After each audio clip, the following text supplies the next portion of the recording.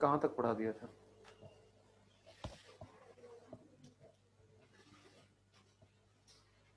मैं plant growth regulator पढ़ा रहा था ना।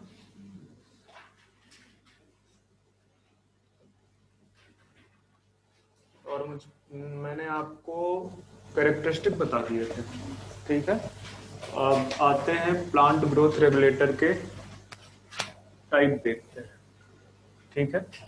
तो 5 मेजर टाइप्स के आपके पास में ग्रोथ रेगुलेटर हैं, ठीक है। 5 मेजर टाइप्स बोल लो या सिर्फ बोल दो 5 मेजर ग्रोथ रेगुलेटर हैं, ठीक है। उनको 2 टाइप्स में डिवाइड किया गया है, 2 टाइप्स में। कितने हैं ये? 5 मेजर ग्रोथ रेगुलेटर। और भी हैं कई सारे, बट आपके सिलेबस में भी है, ठीक है। 9 हो जाते हैं टोटल। और तो इसमें से जो ग्रोथ को प्रमोट करते हैं उनको ग्रोथ प्रमोटिंग बोलते हैं, ठीक है। Growth promoting. और जो ग्रोथ को इनहिबिट करते हैं उनको बोलते हैं ग्रोथ इनहिबिटर।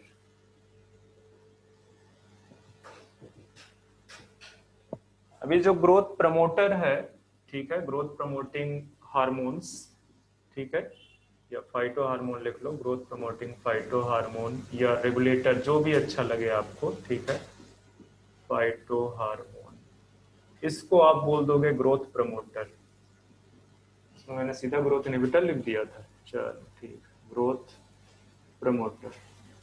और ये जो ग्रोथ प्रमोटर हैं ये आपको यहाँ पे कितने मिलेंगे? 3। कौन कौन से? ऑक्सिन, जिब्रेलिन और साइटोकाइन। सबको पता है, यहाँ से क्वेश्चन भी नहीं पूछे, जाहिर सी बात है। जो भी बताना है, एक फ्लो तो बनाना ही पड़ता है ना, ताकि आपको अच्छा लगे पढ़ने में। तो वैसे अच्छा तो नहीं है लगता होगा। तो ग्रोथ प्रमोटर में आपके 3 हैं और जो ग्रोथ इनहिबिटर है उसमें 2 हैं। एक तो है आपका एब्सिसिक एसिड,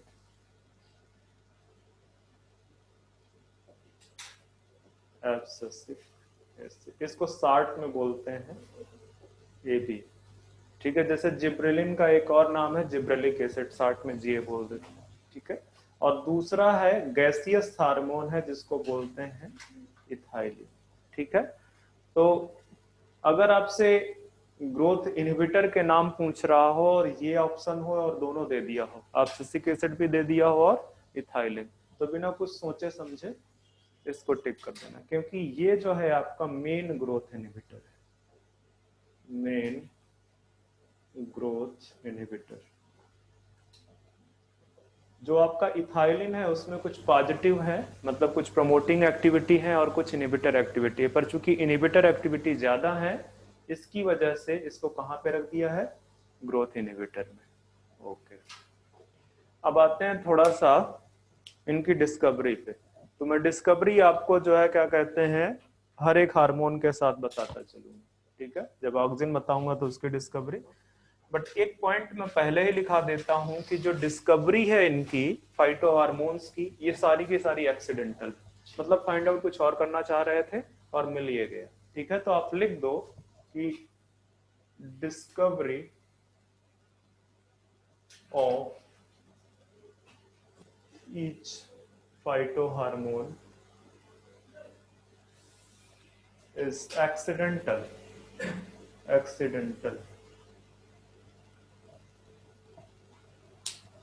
जैसे आपके फिजिक्स में उस वक्त फैराडे था, फैराडे था, कौन था, कुछ कर रहा था, उसको मिल कुछ और गया, वही हुआ। भगवान जब देता है तो छप्पड़ फाड़ के देता है, ऐसा कुछ। तो ये जो है आपके, ये सारे के सारे एक्सीडेंटल हैं। अब सबसे पहले ग्रोथ प्रमोटर पढ़ना स्टार्ट करते हैं। तो ग्रोथ प्रमोटर में आपका पढ़ना है हमको ये फर्स्ट ऑक्सिन, ऑक्सिन, ठीक है। ऑक्सिन का जो मीनिंग है वो होता है ऑक्सीन, ठीक है, ग्रीक वर्ड है, इस तरह से बोल सकते हो। इसकी जो मीनिंग है टू ग्रो, ग्रो करना, ठीक है। तो एक्चुअली प्लांट की ग्रोथ में इसका बहुत ज्यादा रोल है ऑक्सिन हार्मोन का, तो इस वजह से इसको जो है इसका नाम रख दिया ऑक्सिन। अब इसमें से इसकी जब डिस्कवरी की बात आएगी तो इसमें से दो साइंटिस्ट हैं जो बड़े पॉपुलर हैं। एक है आपके डार्विन एंड डार्विन, दोनों बाप बेटे थे, Charles Darwin and Francis Darwin. मतलब कितना नेपोटिज्म है, हाँ, कि अपने बच्चे को साइंटिस्ट बना के अपने पास ही क्या। अब नहीं कोई बोलेगा कि नेपोटिज्म है।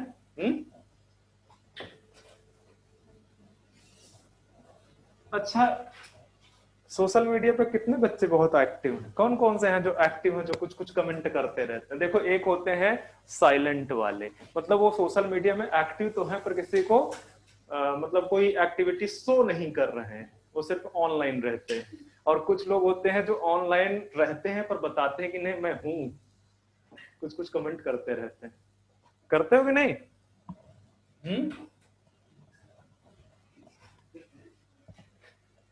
उनका कैसे पता चल गया तुम्हें?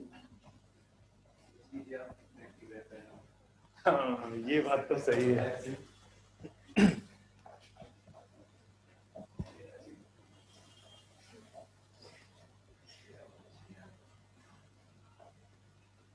इतना पढ़ने में मन लगा लो,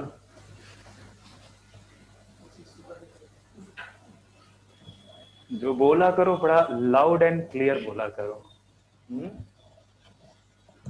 मुंह के अंदर बोल लेते हो, पता लगा जो बोलना चाहते थे उसकी फीलिंग भी कोई नहीं ले रहा है सामने वाला। मतलब जो आपके शुभ वचन निकल रहे हैं उसका मीनिंग निकलेगा, फिर उससे कुछ इंडोर्फिन्स निकलेंगे। What is इंडोर्फिन्स? इंडोर्फिन जानते हो? इंडोर्फिन एक टाइप का बॉडी में हार्मोन बोल सकते हो, ठीक है, वो सिक्रीट होते हैं। तो इंडोर्फिन से बड़ा हैप्पीनेस का एहसास होता है, ठीक है। मतलब हाँ, जो आपके न्यूरॉन्स हैं, न्यूरॉन्स के जो है क्या कहते हैं, जो एंड है ना, एंड बल्ब, ठीक है, हाँ, न्यूरो हार्मोन्स बोल सकते हो। तो वहां से कुछ कुछ एक्चुअली न्यूरो हार्मोन में गलत बोल रहा हूँ, क्या बोलते हैं, न्यूरो ट्रांसमीटर, ठीक है। तो वो जो निकलते हैं तो उससे हैप्पीनेस वाली फीलिंग आती है, ठीक है।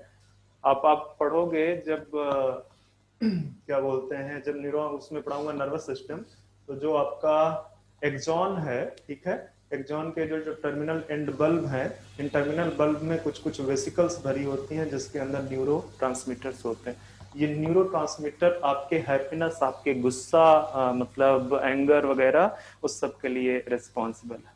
आप कितने इमोशनल, कब इमोशनल वाला रिस्पॉन्स दोगे, कब हैप्पीनेस वाला रिस्पॉन्स दोगे, कब एंगर शो करोगे, वो सब बेसिकली यही डिसाइड करता है, ठीक है।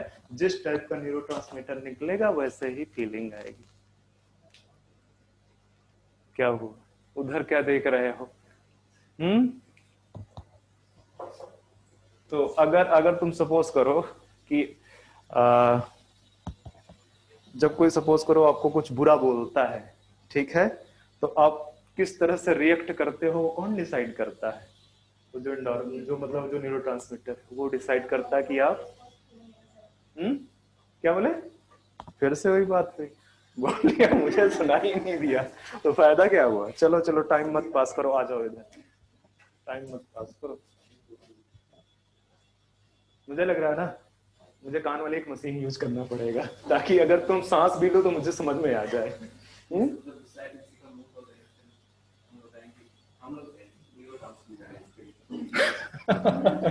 सही है कि हम रिस्पॉन्सिबल नहीं है ना, वो तो। और अगर सामने वाले ने उससे ज्यादा रिएक्ट कर दिया तो वो भी बोलेगा न्यूरोट्रांसमीटर का रोल है, ठीक है। क्योंकि अब गांधी जी तो कोई है नहीं कि एक गाल पे चाटा मारा तो उसमें दूसरा गया। तो उल्टा हो जाएगा। पता लगा तुमने एक बार उसने 10-20 मार दिए, तुम जमीन पे गिरे कहीं पर रेंग रहे हो।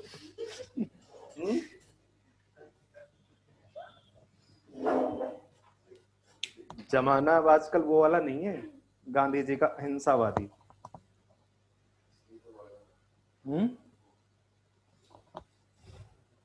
चलो खैर छोड़ो, हमको अपने टॉपिक पे आना है, ऑक्सीजन पे। तो मैं बोल रहा था डिस्कवरी,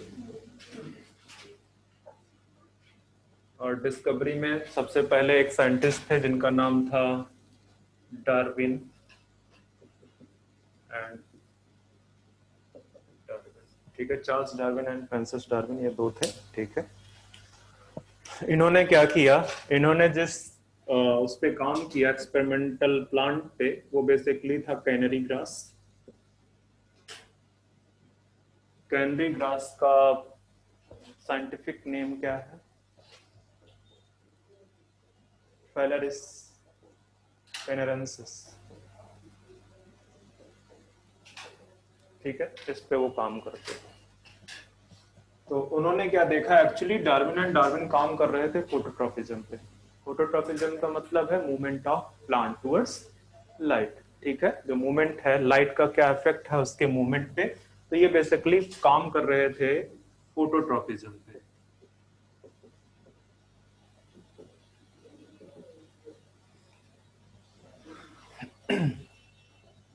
और हुआ क्या कि इन्होंने लिया एक कैनरी ग्रास का कोलियोप्टाइल। कोलियोप्टाइल कुछ नहीं है, जो initials protective sheath like structure निकलते हैं, और किसको प्रोटेक्ट कर रहा है? सूट को प्रोटेक्ट कर रहे हैं, ठीक है। तो प्रोटेक्टिव सूट जो है, सूट, जो सूट के प्रोटेक्शन के लिए जो प्रोटेक्टिव शीथ लाइक स्ट्रक्चर्स है, उन्हीं को क्या बोलते हैं? कोलियोप्टाइल। तो उन्होंने क्या देखा कि ये कोलियोप्टाइल है। अब इस कोलियोप्टाइल को जब आप यूनिलैटरल सोर्स ऑफ लाइट देते हो तो ये बेंड कर जाती है टुवर्ड्स लाइट सोर्स, ठीक है। ये पहला एक्सपेरिमेंट है इनका, ठीक है। ये कोलेप्टाइल टिप है। इधर की तरफ जब आप यूनिलैटरल सोर्स ऑफ लाइट दोगे, ठीक है, यूनिलैटरल सोर्स ऑफ लाइट क्यों? ताकि एक ही तरफ से लाइट आए, ठीक है। सोर्स ऑफ लाइट अब जब दे रहे हो तो ये जो कोलेप्टाइल टिप है ये क्या कर जाती है? ये बेंड कर जा रही है, ठीक है। बेंडिंग ऑफ कोलेप्टाइल टिप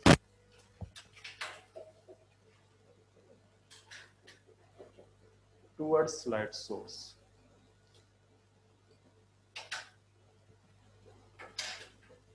तो इन्होंने बोला कि ये जो कोलेप्टाइल टिप है ये फोटोट्रॉपिज्म शो कर रही है, मतलब मूव किसकी तरफ कर रही है? टुवर्ड्स लाइट सोर्स की तरफ।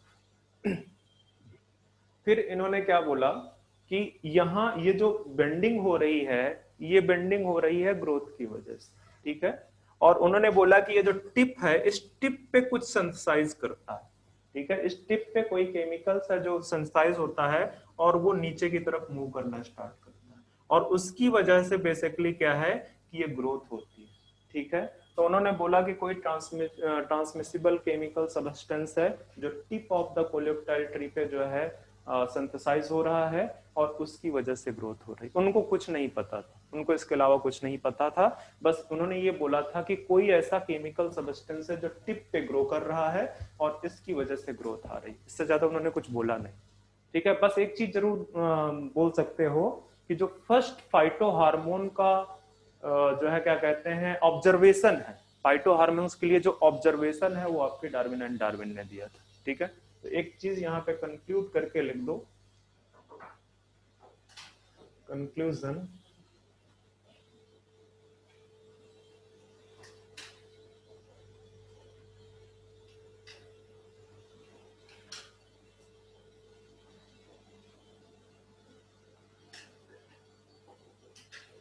synthesize at the coleoptile tip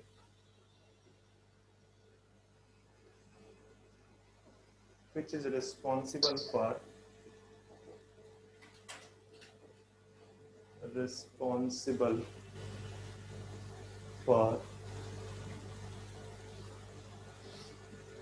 bending of coleoptile tip, ठीक है, bending of coleoptile tip towards light source।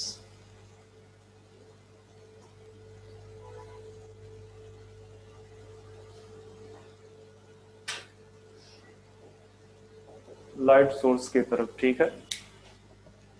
इसके बाद एक और साइंटिस्ट है, वैसे तो कई साइंटिस्ट बीच में आए हैं, इसके बाद एक है बॉयडन, ठीक है।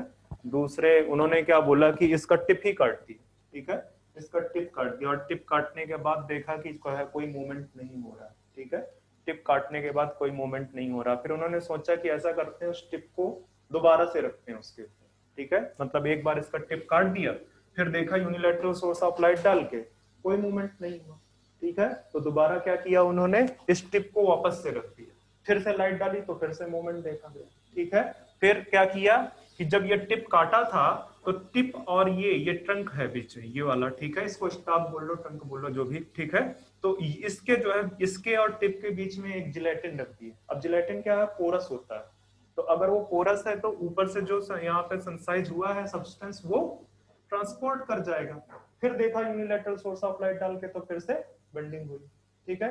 तो उन्होंने एक तीसरा एक्सपेरिमेंट लगा दिया, ठीक है। तीसरे एक्सपेरिमेंट में क्या किया उन्होंने कि बीच में माइका पेपर रख दिया, ठीक है, माइका सीथ रख दी।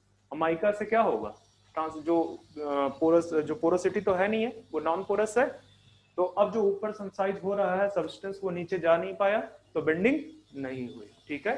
ये बॉयसन एंड बॉयसन का एक्सपेरिमेंट था, पर आपको जरूरत नहीं है। फिर इसके बाद एक साइंटिस्ट और आए, पॉल, ठीक है। तो इन्होंने क्या किया कि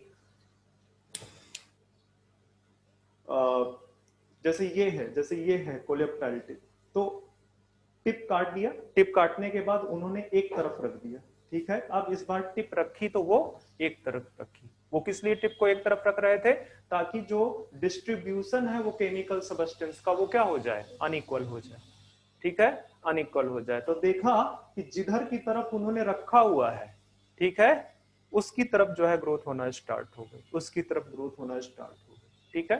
तो उनको अंदाजा लग गया बिल्कुल से कि बेसिकली जो है क्या कहते हैं, ये जो अनइक्वल डिस्ट्रीब्यूशन है सब्सटेंस का, इसकी वजह से इधर की तरफ ज्यादा ग्रोथ हो रही है, ठीक है। और यहाँ पे फिर एक साइंटिस्ट आए लास्ट वाले, जो FW वेंट है, इनको ही क्रेडिट जाता है किस चीज का, ऑक्सीजन की डिस्कवरी का, और दूसरा नेम ऑक्सीजन देने का। जो टर्म ऑक्सीजन है वो यूज किया किसने, वेंट ने। तो इनके बारे में देख लेते हैं, इस एक्सपेरिमेंट को मैं करवा देता हूं यहाँ पे।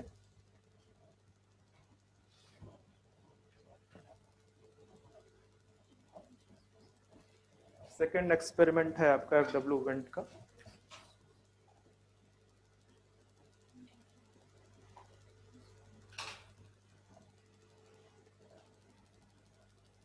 तो इन्होंने जिस प्लांट पे काम किया है वो है एविना सटाइवा पोएट, ठीक है, एविना सटाइवा पे काम किया हुआ है। और मैं इंपॉर्टेंट पॉइंट पहले लिखा देता हूं, एक्सपेरिमेंट में आपको बाद में समझाता हूं। तो इंपॉर्टेंट पॉइंट में यह है कि term oxygen was given by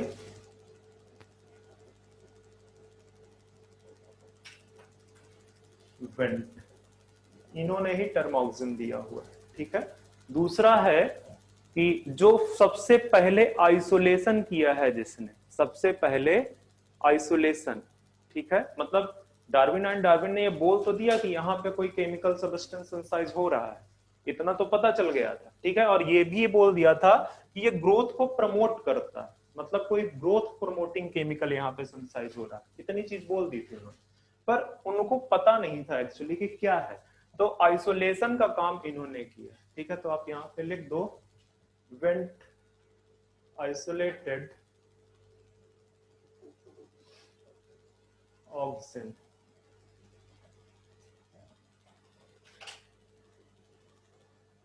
from plant, ठीक है।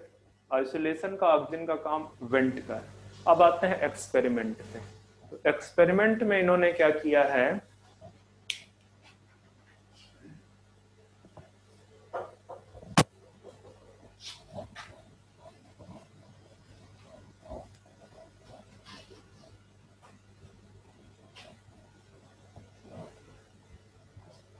सिमिलर एक्सपेरिमेंट है, कुछ खास नहीं है, बस एक्सपेरिमेंटल ऑर्गेनिज्म चेंज, मतलब प्लांट चेंज हो रहा है। यहाँ पे ये एविना कोलेप्टाइल टिप है, यहाँ पे उन्होंने पहला एक्सपेरिमेंट दिया, सेम चीज, ठीक है। जब आप यहाँ यूनिलेटरल सोर्स ऑफ लाइट दोगे, ठीक है, यूनिलेटरल सोर्स ऑफ लाइट, तो बेंडिंग होगी, ठीक है। तो आपका क्या हो जाएगा, बेंडिंग हो जाएगा टूवर्ड्स लाइट सोर्स, ठीक है, बेंडिंग हो जाएगा। इसके बाद उन्होंने क्या बोला कि ये जो बेंडिंग हो रही है वो किसकी वजह से हो रही है, क्योंकि टिप से उन्होंने आइसोलेट कर लिया था, टिप से आइसोलेट कर लिया था। और साथ में एक काम किया उन्होंने, एक ले लिया अगर, जो है अगर का पूरा क्या बोलते हैं, सीट, ठीक है। तो अगर की सीट में क्या होता है कि पोरोसिटी होती है वहां पे, ठीक है।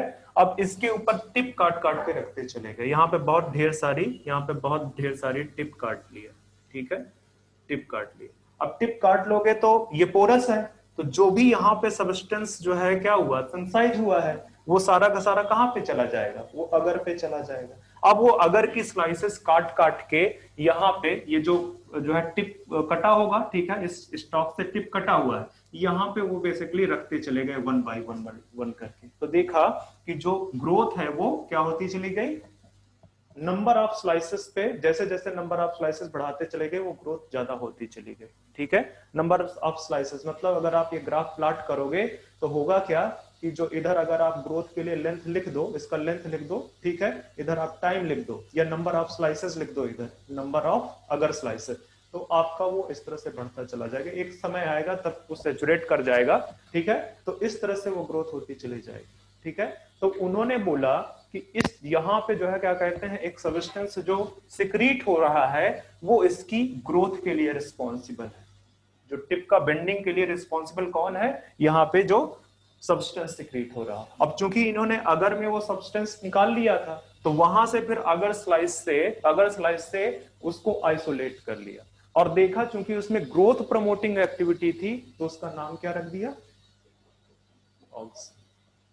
उसका नाम ऑक्सीजन रख दिया। अब एक और चीज आती है कि ये बेंडिंग जो है लाइट सोर्स की तरफ ही क्यों होती है, ये बेंडिंग लाइट सोर्स की तरफ ही क्यों होती है। तो एक्चुअली होता क्या है, जब आप यहाँ पे लाइट डालते हो, ठीक है, तो ये जो ऑक्सीजन है ये लाइट सेंसिटिव है, वो फोटो ऑक्सीडाइज कर जाता है, फोटो ऑक्सीडाइज करता है। तो जिधर से लाइट आएगी, ठीक है, अगर इसको दो पार्ट में डिवाइड कर लो, इधर से लाइट आ रहा है, ठीक है, हाफ हाफ, तो इधर वाला जो है इधर फोटो ऑक्सीडेशन नहीं हुआ, जबकि इधर में काफी अमाउंट इसका फोटो ऑक्सीडाइज हो गए, ठीक है। अनइक्वल डिस्ट्रीब्यूशन हुआ, पॉल ने यही तो बोला था, ठीक है। तो जब अनइक्वल डिस्ट्रीब्यूशन है, इस साइड में ज्यादा है ऑक्सीजन, तो ग्रोथ किधर ज्यादा होगी, जिधर ऑक्सीजन प्रेजेंट है, ठीक है, जिधर ऑक्सीजन प्रेजेंट है उधर की तरफ ज्यादा ग्रोथ होगी। तो देख लो, अगर आप यहाँ पे देखोगे तो इसकी लेंथ इससे कम होगी, ठीक है, और इसी वजह से बेंडिंग किधर की हो रही है, टुवर्ड्स लाइट सोर्स। अगर अपोजिट होता तो बेंडिंग किधर की तरफ होता, ठीक है, अगर इधर की तरफ ज्यादा ग्रोथ होती तो बेंडिंग इधर हो जाती, ठीक है। तो वो किसकी वजह से ऐसा हो रहा है, क्योंकि सनलाइट जो है क्या करती है, या यूनिलैटरल सोर्स ऑफ लाइट जो भी डाल रहा है उसमें, वो क्या करता है, वो फोटो ऑक्सीडाइज करा देता है ऑक्सीजन को, और उसकी वजह से जिधर ऑक्सीजन ज्यादा प्रेजेंट होगा उधर की तरफ ग्रोथ ज्यादा होगी, ठीक है, उधर की तरफ जो ग्रोथ ज्यादा होगी। एक एक एक्सपेरिमेंट, अब पता नहीं आपके यहाँ 12th में कितना एक्सपेरिमेंट है, क्लाइनो स्टेट होता है, क्लाइनो स्टेट, ये किस लिए यूज किया जाता है, ये ग्रोथ को मेजर करने के लिए यूज करते हैं, ठीक है। तो क्लाइनो स्टेट में क्या है कि प्लांट को हॉरिजेंटल फिट करते हैं, हॉरिजेंटल, ठीक है, यहाँ पे एक डिस्क लगी हुई होती है, इसी पे जाके प्लांट को आप, जो प्लांट का वो है पॉट है बेसिकली, उसको फिट कर देते हो तो वो हॉरिजेंटल हो जाता है। अब उसको, इस डिस्क को रोटेट करा देते हो, रोटेट कराने से क्या होगा कि प्लांट में जो ग्रोथ सबस्टेंस सेंसाइज हो रहे हैं उनका इक्वल डिस्ट्रीब्यूशन होगा, ठीक है। अगर तुम सीधे छोड़ दो तो नीचे की तरफ ज्यादा होगा, ऊपर की तरफ वो अपर सरफेस में कम हो जाएगा, लोअर सरफेस में ज्यादा हो जाएगा। तो उसको अवॉइड करने के लिए इसको क्या कर दिया, डिस्क को रोटेट कर दिया, ठीक है, रोटेट कर दिया। तो देखा जो ग्रोथ हो रही थी वो इक्वल हो रही थी और कोई बेंडिंग नहीं हो रही थी, ठीक है, कोई बेंडिंग नहीं हो रही थी। फिर क्या किया उन्होंने, फिर क्या किया कि इसको इसको वो कर दिया, स्टैटिक कर दिया, इसको स्टैटिक कर दिया, और स्टैटिक कर दिया तो देखा कि जो है क्या कहते हैं, जो ये है प्लांट वाला जो सूट सिस्टम है, उसमें नीचे की तरफ ऑक्सीजन ज्यादा बनेंगे, तो ये बेसिकली ऊपर निगेटिवली जियोट्रॉपिक हो गया, ठीक है, ग्रोथ किधर की तरफ होने लगी, ऊपर की तरफ होने लगे। किसकी वजह से? It is because of the oxygen.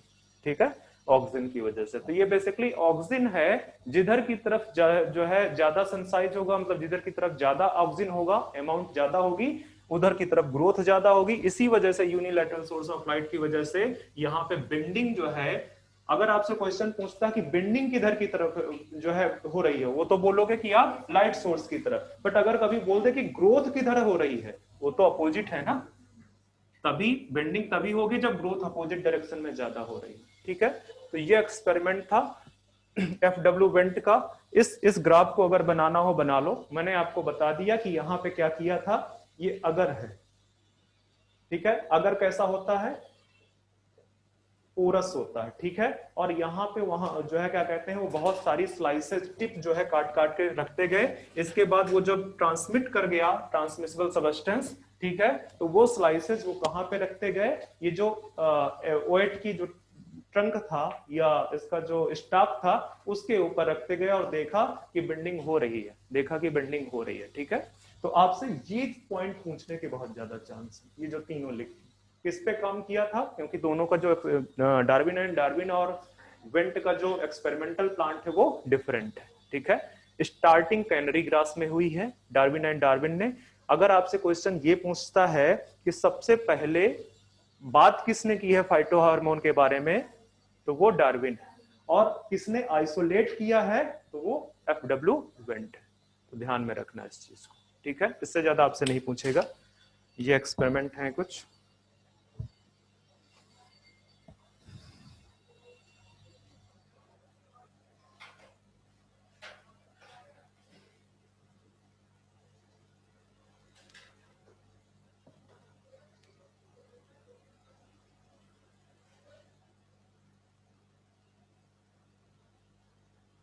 Conclusion तो बहुत सारे हैं पर फालतू में है, याद करोगे कुछ और कम याद रह जाएगा।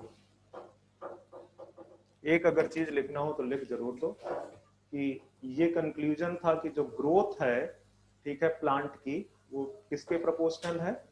Concentration of oxygen.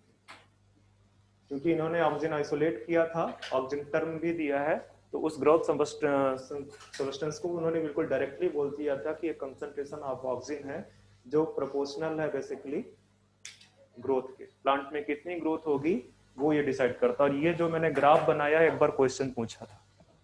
ठीक है, ये एक बार क्वेश्चन पूछा कैसे,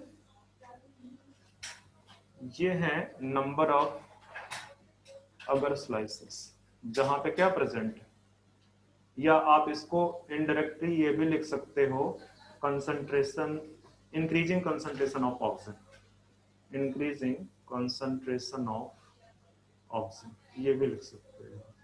और इधर आपका जो है ग्रोथ लिख सकते हो, या कर्वेचर, ग्रोथ कर्वेचर लिख दो पूरा, ग्रोथ कर्वेचर। तो ग्रोथ कर्वेचर इंक्रीज करता चला जाएगा जैसे जैसे आप ऑक्सीजन की कंसंट्रेशन बढ़ाओगे, या जैसे जैसे आप अगर स्लाइसेस जहां पे ऑक्सीजन प्रेजेंट है। ये देखना एम्स का क्वेश्चन है, एम्स टेक्निकल क्वेश्चन पूछता रहा है, और मुझे बड़ा अफसोस है वो नीट के साथ मर्ज हो गया, पूरा लेवल खराब कर दिया पेपर का। इतना वाहियात पेपर बनता है कभी, मतलब आप इससे अच्छा तो सीधे वो कर दो ना। मेरिट इतना हो गया कि बच्चा तो यही सोचता होगा कि इतना मार्क्स लाया कैसे जाए। 720 आउट ऑफ 720।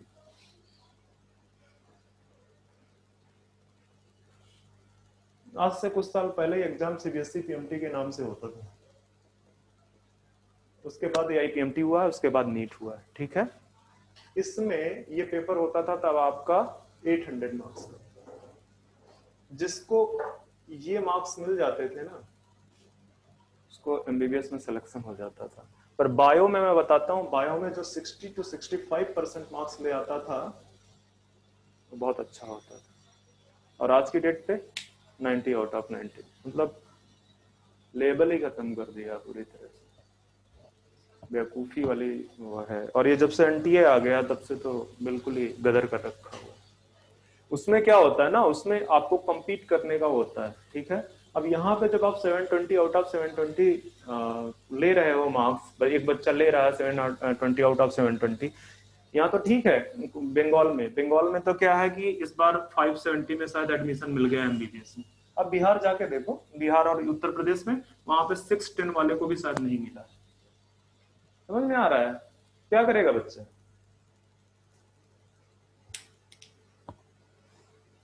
तो ये तो बिल्कुल वैसे ही हो गया जैसे पहले स्टेट लेवल पीएमटी एग्जाम होते थे, वो भी ऐसे ही होते थे। बिल्कुल बच्चा टाइप का क्वेश्चन डालता था, डायरेक्ट क्वेश्चन फटाफट। और उसमें भी यही होता था कि मुझे याद है कि जो उत्तर प्रदेश का पीएमटी होता था उसका नाम था सीपीएमटी, ठीक है, कंबाइंड प्री मेडिकल टेस्ट। तो उसमें उसमें जो है क्या कहते हैं, जो बायो में 100 में से बच्चा करीब 95 96 कर लेता, 100 में से 95 96, कोई मतलब नहीं। एग्जाम होना चाहिए थोड़ा सा टेक्निकल, के बच्चे जब एग्जाम देके या बच्चा जब क्वेश्चन सॉल्व करने बैठे तो लगे हाँ कुछ कॉन्सेप्चुअल पेपर बनाया है। ये क्या है कि डायरेक्टली अगर आपको आता है तो आता है, नहीं आता तो नहीं आता, दैट्स इट। चलो खैर,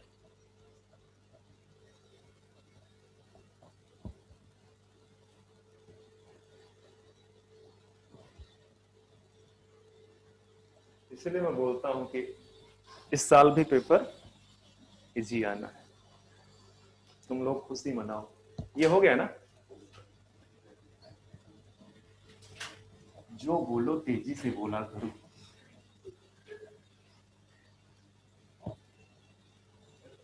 तुम ना आगे चल के एनसीसी ज्वाइन कर लेना, वो बोलेंगे से लाउड एंड क्लियर।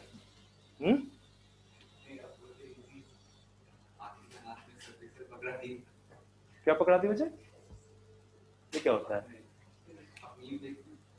क्या देखता हूँ? मीम? मुझे लग रहा है 60। मैंने इसलिए ज्वाइन किया था क्या?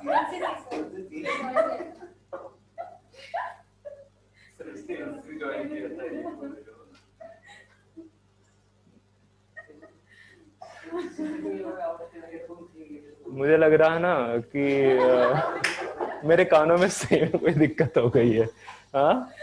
या तुम लोग ना बोलने की नई टेक्निक सीख के आए हो कि ऐसी ऐसी लैंग्वेज यूज करेंगे, मतलब चलो छोड़ो, रहने दो। मुझे इतना बस समझ में आया था कि मैंने ज्वाइन किया था। क्या ज्वाइन किया है? अच्छा, एनसीसी ज्वाइन किया था, ओके। अच्छा, इसका मतलब एसेंट में थोड़ा सा दिक्कत रह जाता है। चलो यार आगे बढ़ते हैं, इस तरह में तो बहुत वो हो जाएगा।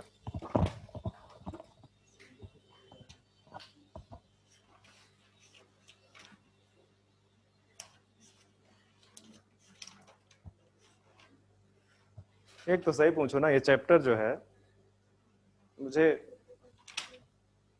बहुत अच्छा लगता नहीं है। चलो आ जाओ, लिख दो कि ये सिंथेसिस कहां पे होती है इसकी, बायोसिंथेसिस। बायोसिंथेसिस मतलब कौन सा पार्ट है जहां पे सेंसाइज होता है, तो सीधे लिख दो रूट एंड शूट टिप। इसको इस तरह से भी बोल सकता है एपेक्स, ठीक है, रूट एंड शूट एपेक्स, वो भी लिख सकता है। चलो, प्रिकर्सर मॉलिक्यूल कौन सा? प्रिकर्सर का मतलब है जब इसकी बायोसिंथेसिस हो रही थी तो कौन सा मॉलिक्यूल है जो पहला फर्स्ट वो है सबस्ट्रेट है उसका, तो इसका है ट्रिप्टोफेन। ये क्वेश्चन पूछा जा चुका है। अब ये बताओ कि ये ट्रिप्टोफेन है क्या? अमाइनो एसिड है। किस टाइप का amino acid? Aromatic amino acid. इसके लिए एक और चीज एसेंशियल है, जिंक, ठीक है, जिंक एसेंशियल है, तो ध्यान में रखना प्रिकर्सर। इसके बाद बायो एसे, मतलब एक्टिविटी ऑफ किसी केमिकल की एक्टिविटी को अगर लिविंग ऑर्गेनिज्म में चेक किया जाए तो उसको क्या बोलते हैं? बायो एसे। और ये भी क्वेश्चन पूछा जा चुका है। बताओ क्या लिख दूं? एविना, कोलियोप्टाइल, कर्वेचर, वो जो अभी एक्सपेरिमेंट बताया ना, वो ग्रोथ वाला कर्व वाला, तो यही है। जो कर्वेचर है, number of coleoptile tips, number of oxygen, मतलब ऑक्सीजन कंसंट्रेशन आप इंक्रीज करते चले जाओ तो वो कर्वेचर इंक्रीज होता चला जाएगा, वो यही है। अविना, ऐसे ऐसे क्या लिख दिया मैंने, कुछ और लिख दिया क्या? ऐसे पूछ लिया करो। चलो, और भी अगर लिखना चाहो तो लिख सकते हो, पर यही पूछेगा आपसे, ज्यादा नहीं पूछेगा। और है root growth inhibition test, but पूछेगा नहीं आपसे, जरूरत नहीं। ठीक है, इसके बाद आते हैं ट्रांसलोकेशन, कैसे ट्रांसलोकेट करता है। तो आप यहाँ पे लिख सकते हो via parenchyma cell, parenchyma cells, इससे ट्रांसपोर्ट करता है, ट्रांसलोकेशन। ठीक है, मतलब कहने का कि ये टिप पे बना तो है, अब ये बाकी पार्ट में कहां पे जाएगा, किसके थ्रू जाएगा? पेरेन्काइमा सेल्स के थ्रू जाएगा। कौन सी पेरेन्काइमा सेल्स हैं वो? Xylem parenchyma cells. ठीक है, तो आगे चलते हैं। एक और चीज यहाँ पे लिख दो कि जो ट्रांसपोर्ट है वो किस तरह का ट्रांसपोर्ट है? पोलर ट्रांसपोर्ट है। ये क्वेश्चन पूछा जा चुका है। जो ट्रांसलोकेशन या ट्रांसपोर्ट है वो पोलर है। पोलर कैसे है? इधर भी टिप पे सेंसाइज हो रहा है, इधर भी टिप पे सेंसाइज हो रहा है, यहां से एक तरफ जा रहा है, ये पोलरिटी मेंटेन है कि नहीं? तो पोलर ट्रांसपोर्ट है यहाँ पे। ठीक है, नेक्स्ट आते हैं आपको कि जो ऑक्सिन है वो बेटा ग्रुप ऑफ फाइटोहार्मोन्स। ठीक है, ऑक्सिन कोई एक हार्मोन का नाम नहीं है, बहुत सारे केमिकल सब्सटेंस हैं जिनमें ग्रोथ प्रमोटिंग एक्टिविटी है, एक टाइप की एक्टिविटी है, उन सबको कहां पे रख देते हैं? ऑक्सिन। तो वो ग्रुप ऑफ फाइटोहार्मोन्स है। अब वो जो ग्रुप ऑफ फाइटोहार्मोन्स है उसमें कुछ नेचुरल है और कुछ सिंथेटिक है। तो एग्जाम्पल आपके एनसीईआरटी में दिया है, इसलिए करना जरूरी है। तो हम नेचुरल ऑक्सिन के नाम लिख देते हैं और सिंथेटिक ऑक्सिन। अच्छा ये बताओ कि नेचुरल ऑक्सिन आपका कौन सा है? चलो तो लिख दो इंडोल एसिटिक एसिड, इसको बोलते हैं आई ए। इसके बाद indole butyric acid, butyric acid इसको बोलते हैं आई बी ए। ठीक है, अच्छा सिंथेटिक का नाम बताओ।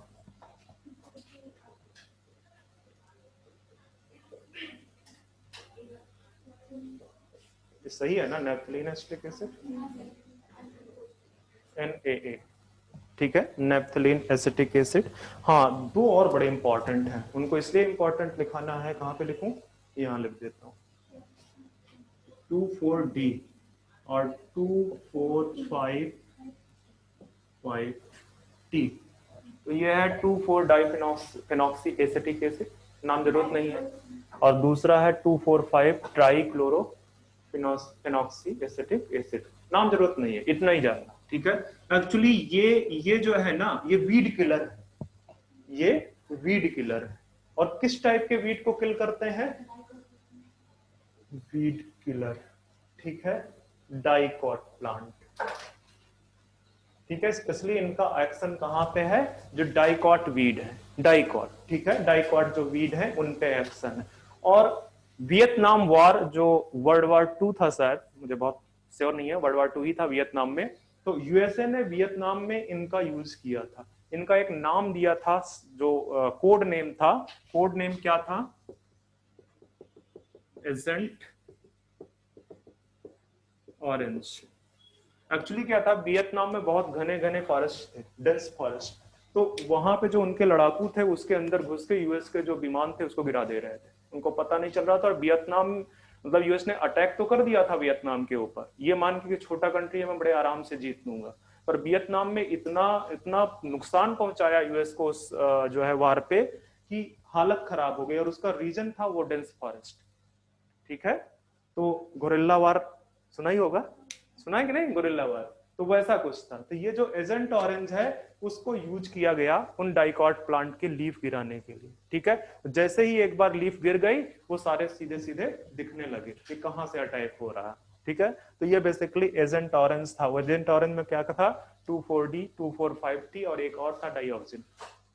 ठीक है, तो ये बस याद करना रखना कि ये जो है ये एजेंट ऑरेंज थे। ठीक है, और इनको किस लिए यूज किया? इतना पार्ट, ऊपर वाला पार्ट तो आपके एनसीईआरटी में दिया है कि ये बेसिकली जो है वीड किलर है, स्पेशली एक्शन इनका होता है डाइकॉट प्लांट के लिए। तो ये याद रखना है आप। ठीक है, अब कुछ एक पॉइंट और लिख लो इसके रिस्पेक्ट में कि कुछ है एंटीऑक्सिडेंट्स।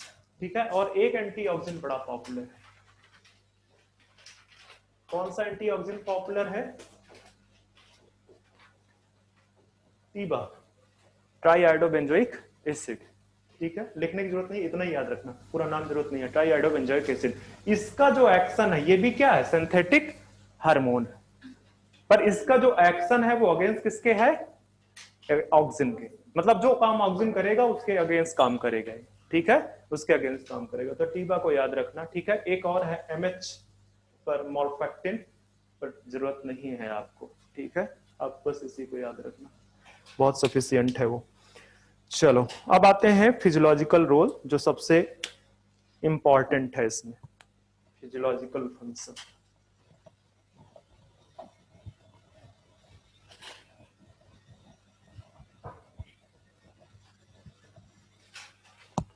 तो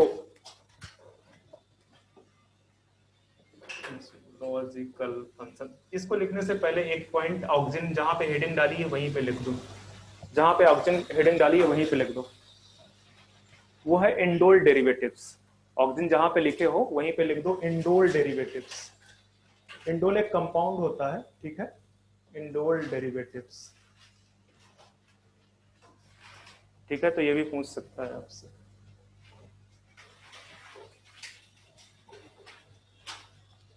अच्छा, फिजियोलॉजिकल फंक्शन में पहला फिजियोलॉजिकल फंक्शन लिखो कि जो कैरेक्टरिस्टिक फंक्शन है, जो कैरेक्टरिस्टिक फीचर है ऑक्सीजन का, वो क्या है?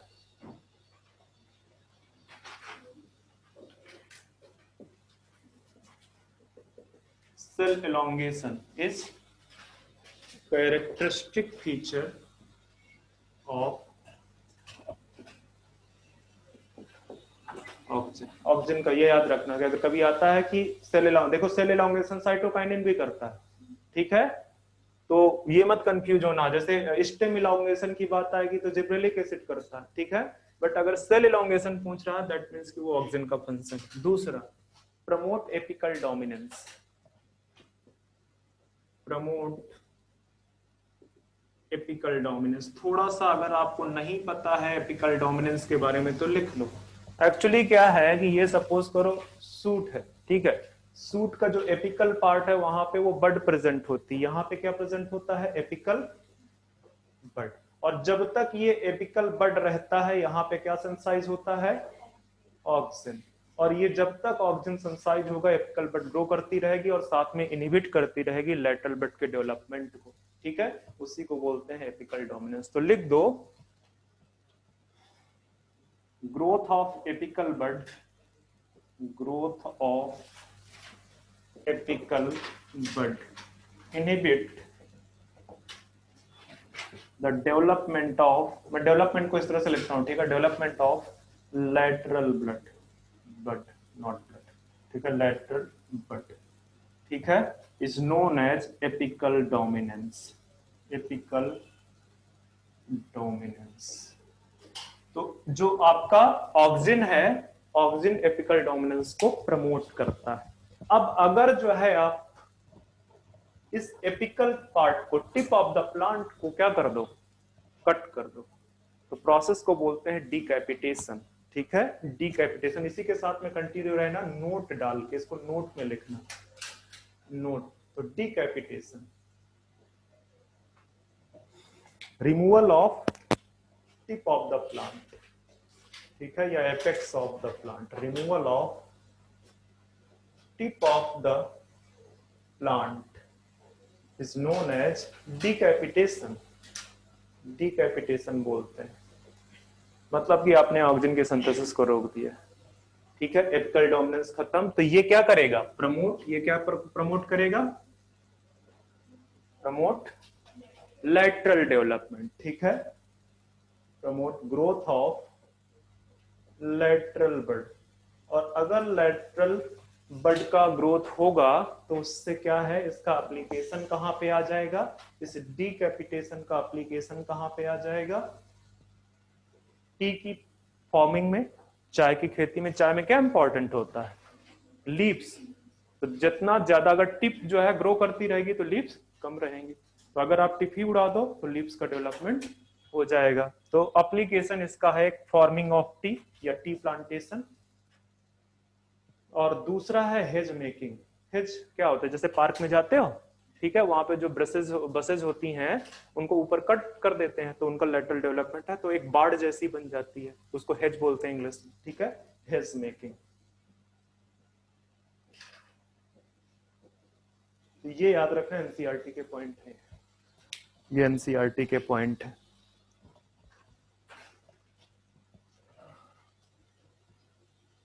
बेटा इसको करेक्टरिस्टिक जहां लिखा है इसमें लिख दो फंडामेंटल करेक्टरिस्टिक, ये कहीं नाम ना आ जाए तो बोल दो फंडामेंटल तो आपने लिखा ही नहीं था। अच्छा एक और चीज देखो आप,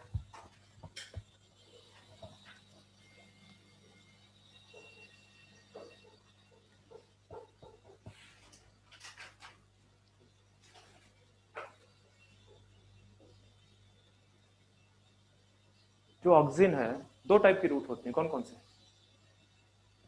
tap root and adventitious root. Tap root कहां से डेवलप होती है? रेडिकल से जो डेवलप होती है उसको टैप बोलते हैं, और अगर किसी और पार्ट से होती है तो उसको एडवेंटिशियस बोलते हैं। तो ये जो बेचारा है ऑक्सिन, ये एडवेंटिशियस रूट को प्रमोट करता है, टैप रूट की ग्रोथ को क्या करता है? इनहिबिट करता है, ठीक है। और उसका एप्लीकेशन कहां पे यूज किया जाता है? स्टेम प्रोपगेशन, स्टेम प्रोपगेशन, ठीक है। मतलब कट फ्रेगमेंट्स ले लो, उसको अगर आप ऑक्सिन का ट्रीटमेंट दोगे तो वहां पे क्या निकल आएंगे? रूट्स फॉर्मेशन हो जाएगा, ठीक है। तो इनिशिएट्स रूटिंग या root formation in stem cutting, जो कटिंग कट्स पार्ट है स्टेम के वहां, ठीक है, स्टेम कटिंग, ठीक है। और यहां पे एक और चीज लिख दो कि this application of auxin, this application of auxin use in stem propagation या प्लांट प्रोपागेशन भी लिख सकते हैं, स्टेम प्रोपागेशन और प्लांट प्रोपागेशन।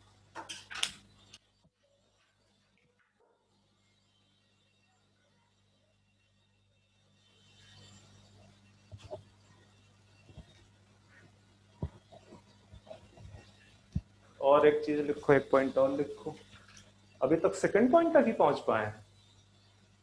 चलो कौन सा है? ये थर्ड है, लिख दो थर्ड, इसको फोर्थ कर दो। चलो अब लिखते हैं इंड्यूस सेल डिवीजन, ठीक है। हालांकि cell division is fundamental characteristic of cytokinesis. अगर फंडामेंटल कैरेक्टरिस्टिक है या ऑप्शन दे रहा है कि कौन सा सेल डिवीजन को इंड्यूस करता है, उसमें ऑक्सिन भी है उसमें साइटोकाइनिन, तो साइटोकाइनिन टिक करोगे, ऑक्सिन को नहीं करोगे, ठीक है। क्योंकि ये करता है सेल डिवीजन बट बहुत मेजर रोल इसका नहीं है, मेजर रोल इसका यहाँ पे, ठीक है, सेल एलोंगेशन में। Cell division induce cell division करेगा, और सेल डिवीजन कहां पे? यहां पे लिख सकते हो इन कैम्बियम, और साथ में and also induce xylem differentiation, xylem differentiation.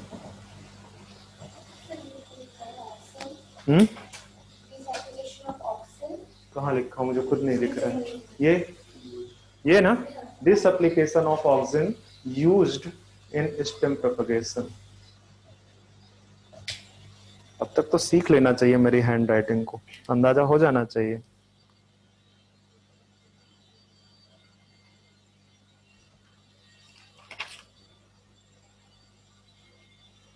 चलो एक और पॉइंट लिखो, बड़ा इंपॉर्टेंट पॉइंट है, कितने सारे लिखोगे। और बच्चे सारे मैं पॉइंट जो भी लिखा रहा हूँ आपको एनसीईआरटी के लिखा रहा हूँ, इसलिए इस धोखे में मत रहना कि कोई छोड़ दोगे। कौन सा है? फिफ्थ है, फिफ्थ, ठीक है। Induce parthenocarpy. अब ये याद रखना, पार्थेनोकार्पी को आपका तीनों करते हैं ग्रोथ प्रमोटिंग में, ऑक्सिन भी करता है, साइटोकाइनिन भी करता है, आपका जिब्रेलिक एसिड भी करता है, ठीक है। बट अगर इस तब आएंगे तो आपको ये जो है मेन ऑक्सिन है, मेन ऑक्सिन। ठीक है, अगर सारे आते हैं तो ऑक्सिन को देना है आपको। ठीक है, पार्थेनोकार्पी है क्या? Formation of fruit without seed, मतलब कि क्या नहीं हुआ होगा? फर्टिलाइजेशन। तो आप यहां पे लिख दो विदाउट फर्टिलाइजेशन। ठीक है, विदाउट यही आएगा, विदाउट फर्टिलाइजेशन। ठीक है, सीड कम ही चांसेस है कि देगा। Formation of fruit without fertilization of ovary, ovary. ठीक है, विदाउट फर्टिलाइजेशन ऑफ ओवरी। तो ये पार्थेनोकार्पी इंड्यूस करता है। एक और लिखो, फ्लावरिंग इंड्यूस, फ्लावरिंग, ये फ्लावरिंग को इंड्यूस करता है। ठीक है, कहां पे, कौन कौन से हैं?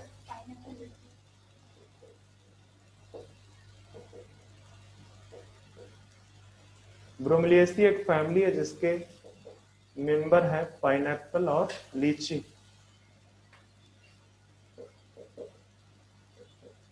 लीची, ये एक और है,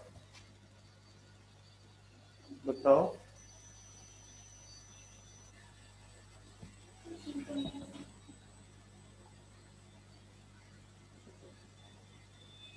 अब इतना तो पता ही है कि इसका मेंबर कौन होगा, कुकम्बर। ठीक है, अच्छा एक चीज और याद रखना कि फीमेल फ्लावरिंग है ये, फीमेल फ्लावरिंग मतलब फीमेल प्लांट, फीमेल फ्लावर को इंड्यूस करता है। ठीक है, ऑक्सिन। तो पार्थेनोकार्पी में भी यूज देख लिया आपने और फ्लावरिंग में भी देख लिया। ठीक है, फ्लावरिंग में भी देख लिया।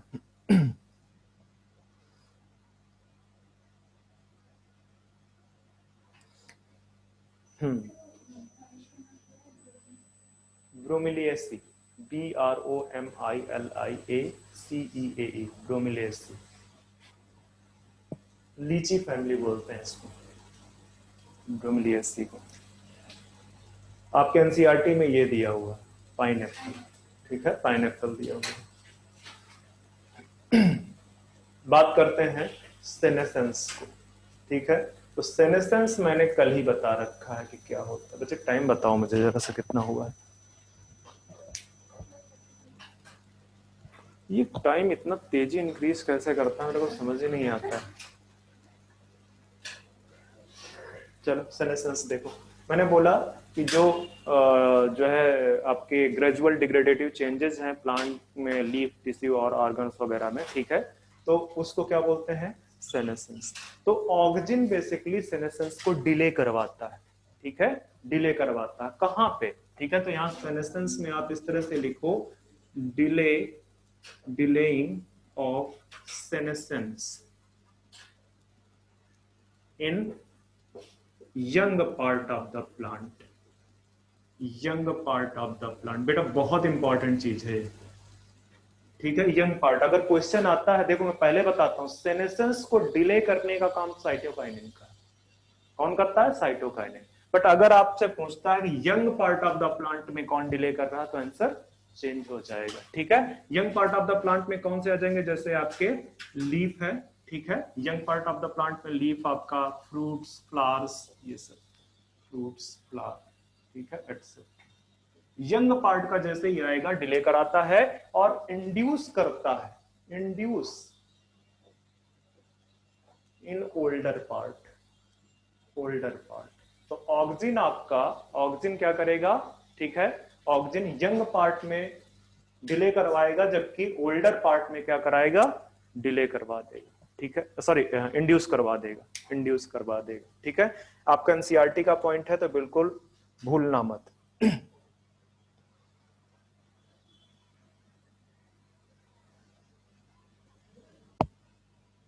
बस मुझे लग रहा है, अच्छा हाँ, पार्थेनोकार्पी कहाँ पे लिखा था बच्चे? इसमें एग्जाम्पल एक एनसीईआरटी में दिया हुआ है, बताओ। पोटैटो या टोमेटो? टोमेटो है। वैसे मैं एक चीज लिखने जा रहा हूं, अब आपको डाउट नहीं रहेगा। सोलेनेसी, ये सब उसी के मेंबर, इसीलिए डाउट हो रहा है।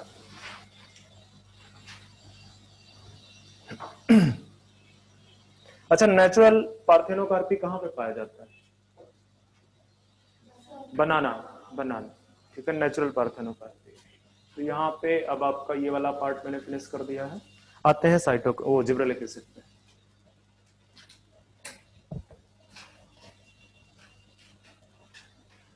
जिब्रेलिक एसिड,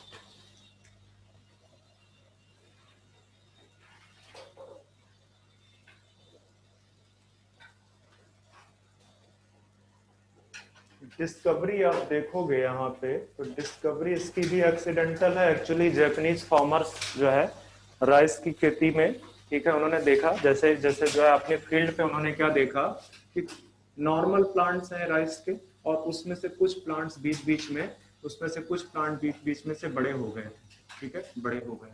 और उसमें क्या था, उनमें उनका जो सीड था वो येलो येलो होने लगा था, हल्का सीड, मतलब सीड में कुछ था नहीं अंदर, ठीक है, जो राइस के जो सीड थे उसमें कुछ अंदर नहीं था, और ये पूरा येलोइश येलोइश हो गया था। तो उन्होंने इसका नाम दिया फोलिस सीडलिंग डिजीज, ठीक है। जापानीज फार्मर ने ये जो लंबे लंबे प्लांट हो गए थे, जब इनकी में इल्ड बिल्कुल बहुत रिड्यूस्ड इल्ड थी, ठीक है, तो उन्होंने बोला कि ये कुछ डिजीज है, ठीक है। तो जापानीज फार्मर ने क्या किया, इन राइस फील्ड में, ठीक है, उन्होंने में कुछ टाल प्लांट्स देखे, टाल प्लांट्स विद रिड्यूस्ड फील्ड, ठीक है। और इसको बोला कि ये एक डिजीज है, ये क्या है, एक डिजीज है। और उस डिजीज का क्या नाम दे दिया, उस डिजीज का क्या नाम दे दिया, बैकने डिजीज और फोलिस सीडलिंग डिजीज।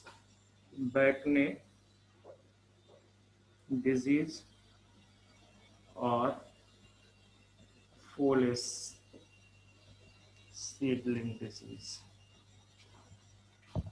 इसके बाद साइंटिस्ट जब ये अगर बड़े लार्ज स्केल पे होने लगा, तो यहाँ पे जो वहाँ पे एग्रीकल्चर सेक्टर में साइंटिस्ट काम कर रहे थे, उनका दिमाग गया इसमें। तो दो साइंटिस्ट थे, कुरुसोवा एंड सडा, ठीक है। इन दोनों ने बोला कि ये बेसिकली एक फंजाई की वजह से हो रहा है। ये राइस की फील्ड पे, पैडी की फील्ड जो है एग्रीकल्चर में जो प्रॉब्लम हो रही है, it is because of fungi, ठीक है। मतलब कि ये जो डिजीज है, ठीक है, ये जो डिजीज है that is caused by a fungi known as Gibberella fujikuroi, ठीक है, फिजिकोरोई। तो यहाँ पे लिख दो, इंपॉर्टेंट है, क्या नाम है,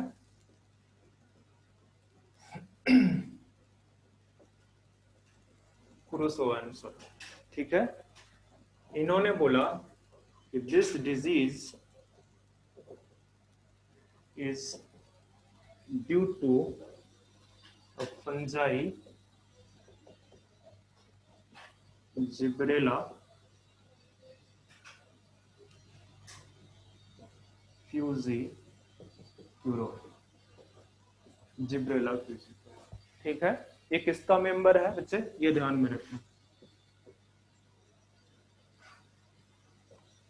एस्कोमाइसीड्स का, ठीक है, एस्कोमाइसीड्स। और इसका इम्परफेक्ट मेंबर है, ठीक है, ड्यूटेरोमाइसीड में फ्यूजेरियम मुनलीफार्मी, ठीक है। वो उतना ज्यादा डीप में नहीं है, हाँ हायर क्लास में जरूरत पड़ेगी, बट इतना ये याद रखना कि जो एस्कोमाइसीड्स है, जिब्रेला फिजियोपेराई, वो बेसिकली मतलब जो जिब्रेला फिजियोपेराई है वो बेसिकली ये बैकने डिजीज और पॉलीसेडमिक डिजीज के लिए रिस्पॉन्सिबल है। उन्होंने क्या देखा कि इसका एक्सट्रैक्ट निकाला, एक्सट्रैक्ट, और इस एक्सट्रैक्ट को जब ट्रीटमेंट किया, ठीक है, हेल्दी प्लांट के ऊपर, हेल्दी प्लांट के ऊपर, ठीक है, इसका ट्रीटमेंट, ठीक है, ऑन हेल्दी प्लांट, तो ये हेल्दी प्लांट भी क्या हो गया, डिसीज्ड हो गया है, ठीक है, ये भी डिसीज्ड हो गया, ठीक है, नॉट डिसीज्ड, गलत लिख रहा हूं मैं,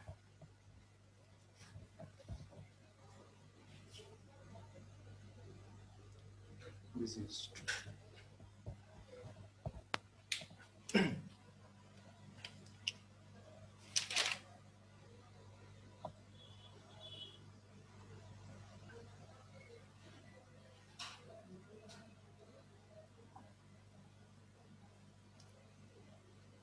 ठीक है, फिर इसके बाद कुछ ग्रुप और साइंटिस्ट और आए, नाम यबूता हयासी, ऐसा लग रहा है कि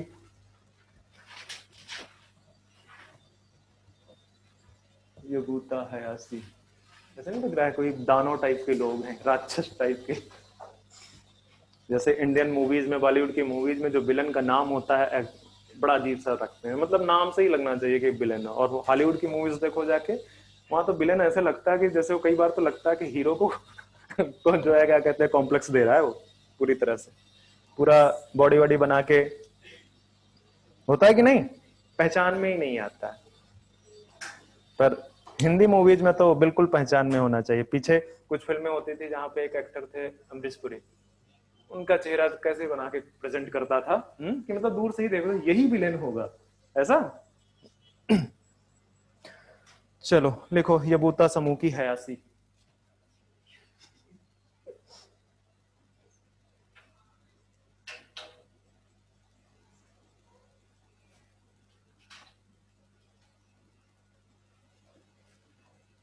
जापानीज है बेचारे, ऐसे ही नाम होंगे इनके। इन्होंने फर्स्ट आइसोलेटेड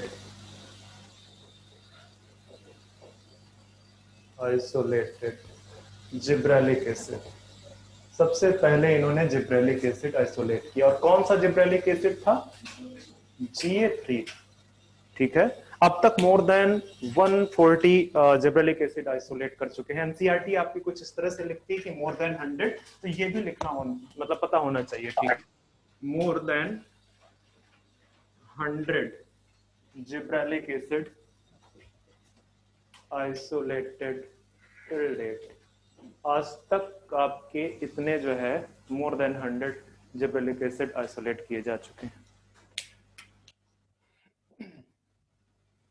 ध्यान में रखना कि जो बैगने डिजीज का नाम दिया है वो जैपनीज फार्मर का दिया हुआ है। ठीक है, अब आते हैं वापस से, जो जिब्रेलिक एसिड है आपका वो कहां से डिराइव होता है? Terpene derivative. ठीक है, टर्पीन। और आपको अगर मेरा बायोमोलिक्यूल्स वाला आपने नोट्स पढ़ रखा है तो आपको पता होगा कि टर्पीन कहां से, टर्पीन से और भी कुछ बनता है,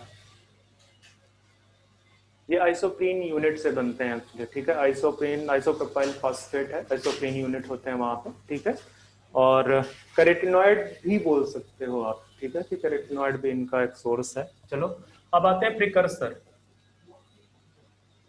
प्रिकर्सर, ठीक है, ये एक्चुअली अलग लिखा हुआ है टर्पीन डेरिवेटिव्स, इसलिए मैं बार बार इसको लिखा रहा हूँ। वहां पे भी मैंने लिखा दिया था एंडोल डेरिवेटिव्स, यहाँ पे मैं आपके लिए टर्पीन डेरिवेटिव्स लिखा दे रहा हूँ। ठीक है,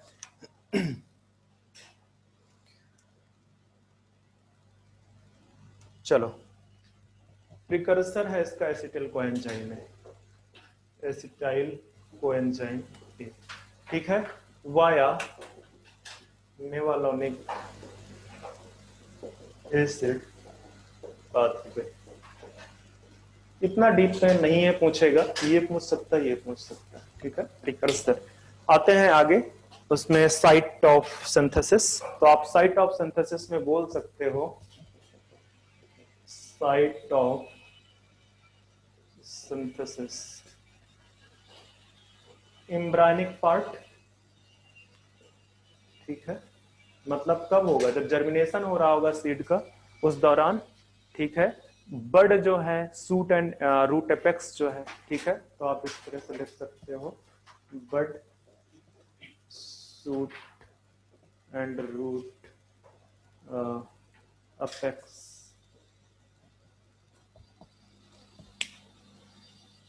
लीप्स भी बोल सकते हो। ठीक है, यहाँ पे एम्ब्रायनिक पार्ट ऑफ सीड लिख दो, लीव्स भी लिख सकते हो। मतलब जहां पे यंग यंग सेल्स होंगी जहां पे, वहां पे ये सब आपको जिब्रेलिक एसिड का सिंथेसिस मिलेगा। ये जिब्रेलिक एसिड एक्चुअली प्लांट के लिए बहुत इंपॉर्टेंट हार्मोन। अभी आपको मैं दिखाऊंगा, जैसे फ्लावरिंग है, जर्मिनेशन ऑफ सीड है। ठीक है, या एम्ब्रायनिक डेवलपमेंट जो है क्या कहते हैं, जब एम्ब्रायनिक डेवलपमेंट हो रहा होता है। ठीक है, मतलब सीड का फॉर्मेशन जब हो रहा होता है तो उस समय भी उसका बहुत इंपॉर्टेंट रोल है। और जो अभी तक ये माना जा रहा है कि जो हाइपोथेटिकल हार्मोन्स है, मतलब ऐसे हार्मोन जिनको आइसोलेट अभी तक नहीं किया गया है, ठीक है, लाइक फ्लोरेजिन वगैरह, एंथोसिन, वर्नलिन वगैरह, वो सब ये मानते हैं कि ये जिब्रेलिन के ही डिफरेंट फॉर्म्स, जिब्रेलिन के ही डिफरेंट फॉर्म्स है, ठीक है, क्योंकि अभी तक वो आइसोलेट नहीं हुए हैं तो कुछ अभी उसके बारे में बोला नहीं जा रहा है। चलो लिख दो, ट्रांसपोर्टेशन नॉन पोलर है, ट्रांसपोर्टेशन नॉन पोलर, क्योंकि हर जगह सिंथेसाइज हो रहा है इसलिए नॉन पोलर है, ठीक है। इसके अलावा आपका अगर मैं बायो एसे की बात करूं,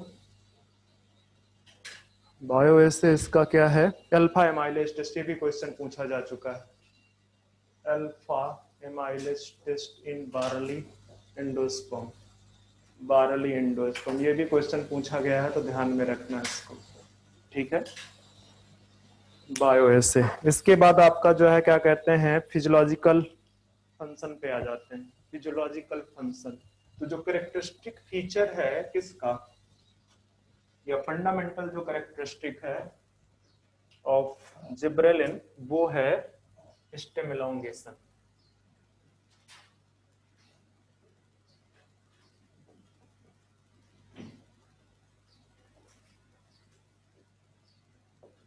फिजियोलॉजिकल फंक्शन पहला लिख दो, जो फंडामेंटल करेक्टरिस्टिक है वो है स्टेम इलोंगेशन। तो कभी अगर स्टेम इलोंगेशन पूछता तो आप बिना कुछ सोचे समझे बोल दोगे, ठीक है, कि this is the function of gibberellic acid और जिब्रेलिन, ओके। अब इसमें ये जो स्टेम इलोंगेशन है, इसमें से मैं एक आपको बोलता हूं, reversal of genetic dwarf plant, genetic dwarf plant मतलब कहने का सपोज करो कैबेज है, ठीक है, हालांकि कैबेज एक स्टेज के बाद वो बेसिकली लॉन्गेट करता है, उसका लेंथ बढ़ता है, ठीक है, बट अगर उसमें आप पहले ही इसका ट्रीटमेंट कर दो जिब्रेलिक एसिड का, तो वो जो है क्या कहते हैं, ये टाल हो जाएगा, ये टाल प्लांट हो जाएगा। ये जैसे इसकी जगह पे आप ले सकते हो पी प्लांट, पी भी तो छोटा ही होता है, ठीक है, अगर देखा होगा शायद ना, ठीक है, उसका भी लेंथ इलांगेट कर जाएगा, ठीक है। आपको पता है पी में दो वैरायटी होती है, ड्वार्फ और, होती है कि नहीं, जेनेटिक्स में पढ़ रखे हो, मेंडल में, मेंडल का जेनेटिक्स जो है, ठीक है। देखो थकान मत फील करो, एंजॉय करते रहो,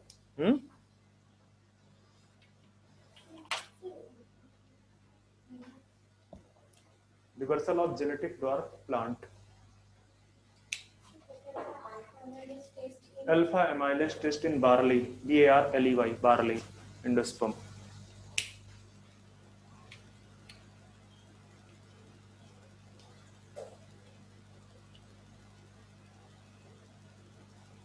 अच्छा, ये चीज मैंने शायद कहीं लिखा दी है कि नहीं लिखाई है, चलो लिख दिखा देता हूँ कि ये जो भी, हाँ करेक्टरिस्टिक जब लिखा रहा था तब मैंने बता दिया था कि जीए जो है बेसिकली वो सोमैटिक चेंजेस लाता है, सोमैटिक चेंजेस, मतलब कहने का कि ये जो डॉर्फिज्म को टाल में चेंज कर रहा है, that is the somatic, not genetic, ठीक है, नॉट जेनेटिक, तो ध्यान में रखना है इसको, ये जेनेटिक चेंज नहीं है।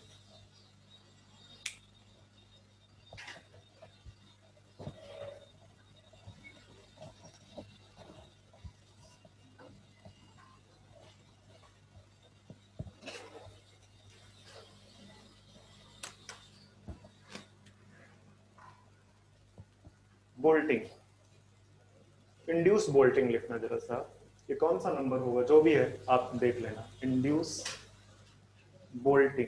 अब बोल्टिंग क्या है,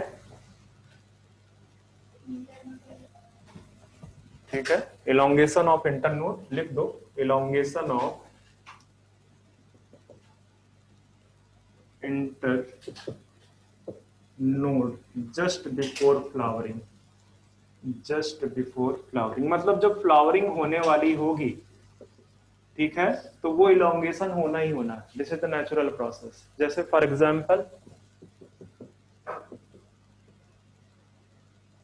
कैबेज, ठीक है, फ्लावरिंग के पहले, ठीक है, तो अगर आप चाहो कि इसको आप आर्टिफिशियली कर लो, ठीक है, ये इस जो है बोल्टिंग के लिए दो चीजों की जरूरत होती है, ठीक है, क्या, cold treatment plus photo periodism. तो आप लिख सकते हो कि मतलब अगर नेचुरल तरीके से आप नेचुरल मेथड से होगा तो उसमें दो चीजें चाहिए, उसको उसको दो चीजें चाहिए। कौन कौन सी? पहली उसको चाहिए प्लस इसके बाद लॉन्ग फोटो पीरियड, ये चाहिए उसको, ठीक है, उसको ये चाहिए लॉन्ग फोटो पीरियड। और आप चाहते हो कि इसको आप जो है वो कर लो, बाईपास कर लो, ठीक है, इसको बाईपास कर लो। तो इसके लिए आपको किसका ट्रीटमेंट देना पड़ेगा? जिब्रेलिक एसिड का, ठीक है। तो आप ये बोल सकते हो कि these two can be substitute by the treatment of gibberellic acid, ठीक है, can be substitute by gibberellic acid treatment.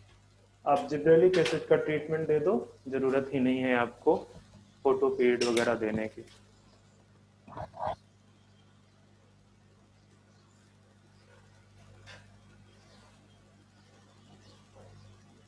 अच्छा, आपको पता रोजेट क्या होता है?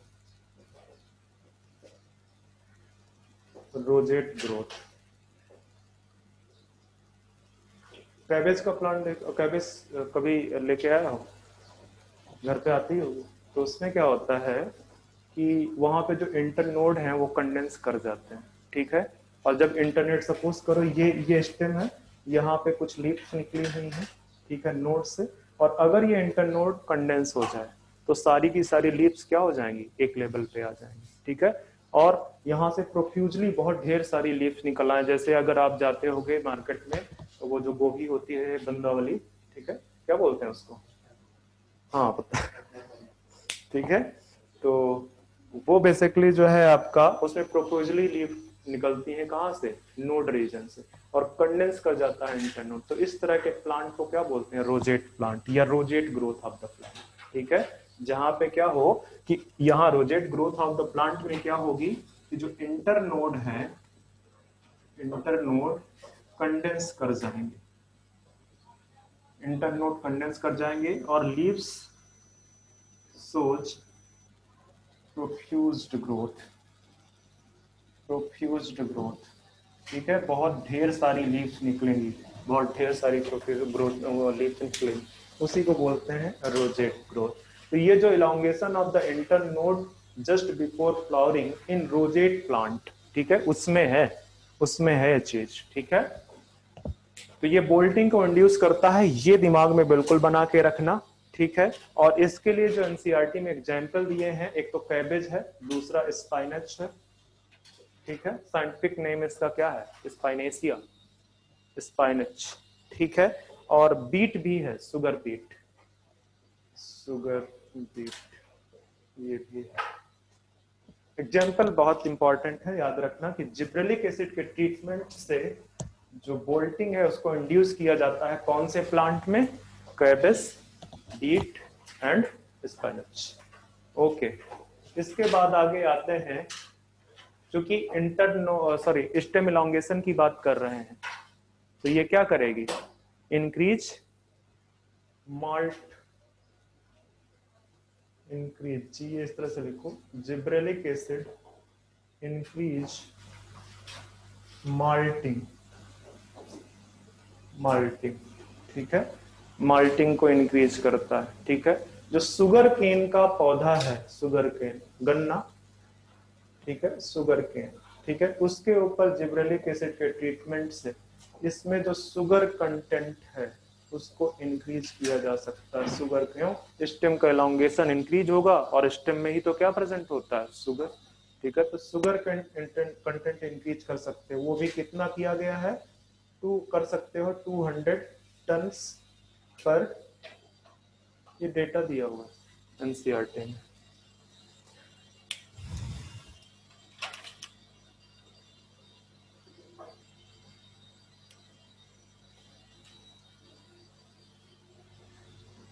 कितना याद करोगे?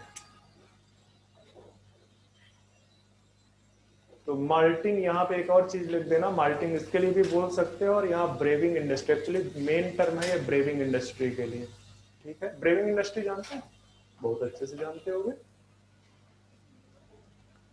ब्रेविंग इंडस्ट्री, अल्कोहल,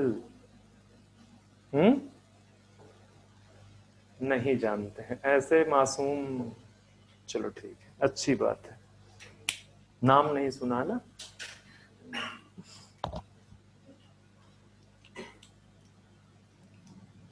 एक और पॉइंट लिखो बच्चे, hasten the maturity period in conifers. Hasten मतलब इंक्रीज कर देता है, ठीक है। Hasten the maturity period, hasten the, एक मिनट बताओ मुझे टाइम कितना हुआ। हास्टन द मैच्योरिटी पीरियड कहाँ पे, इन कॉनिफर्स। मतलब कहने का क्या है, कोनिफर्स का आप क्या खाते हो बताओ, फटाफट बताओ। फ्रूट्स खाते हो कोनिफर्स के, आप खाते हो कि नहीं कोनिफर्स के फ्रूट? जल्दी जल्दी हाथ खड़ा करो, कितने लोग कोनिफर्स के फ्रूट खाए हैं आज तक? हाँ फ्रूट्स, कितने लोग खाए हो? अरे फ्रूट्स होंगे तब ना खाओगे, सीड होते हैं यहाँ पे, इन्हीं को खाते हैं, ठीक है। तो अगर इसका मैच्योरिटी पीरियड क्या कर देगा, बढ़ा देगा, तो बहुत सारे सीड आपके लिए प्रोड्यूस होंगे, फिर आप खाओगे। आपके एनसीईआरटी में किसी कोनिफर्स का क्या बना हुआ है, पिक्चर बना हुआ है? कोनिफर्स और जिम्नोस्पर्म का पिक्चर बना हुआ है, नॉट कोनिफर्स। बताओ कौन सा है, कौन सा प्लांट है जिसका पिक्चर बना हुआ है?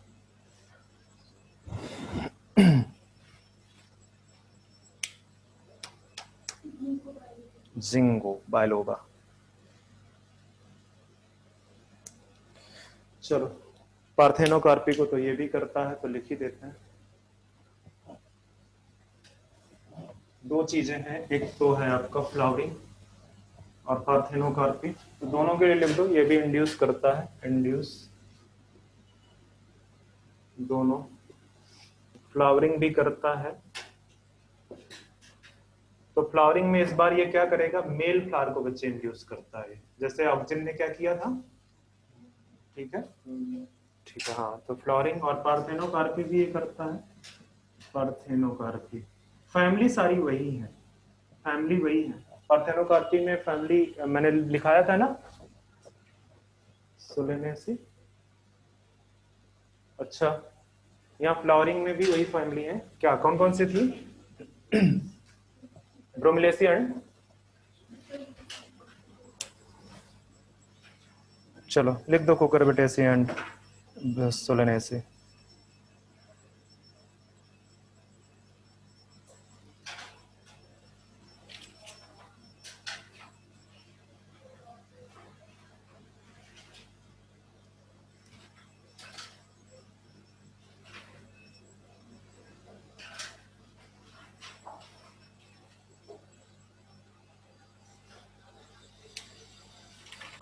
मैंगो का नाम सुना?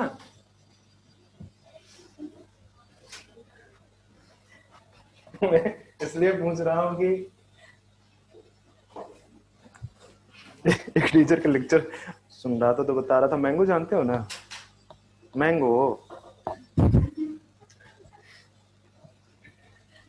मुझे लगा कि, मैं लगता है कि अर्थ से निकल के कहीं और आ गया, तभी तो बताया जा रहा है ना, मैंगो जानते हो ना, मैंगो। ठीक है। एक मूवी देखी थी, मैं सोच रहा हूँ बंद ही कर देता हूँ। एक पॉइंट लिख लो, नहीं 2 पॉइंट लिख लो, फिर मैं आगे स्टोरी बताऊंगा आपको। चलो,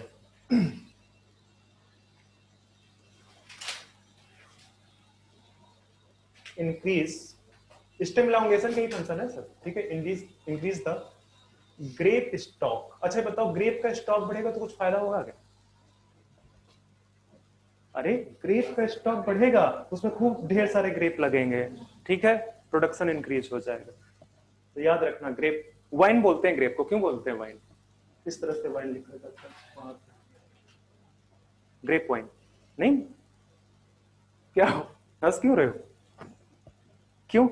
अरे वो वाली वाइन नहीं, पीने वाली वाइन नहीं, ये इसीलिए तो मैं पूछ रहा हूँ कि मतलब वाइन जानते हो ना, पीने वाली वाइन की तो बात ही नहीं कर रहा था, इसीलिए तो मैं पूछ रहा हूँ।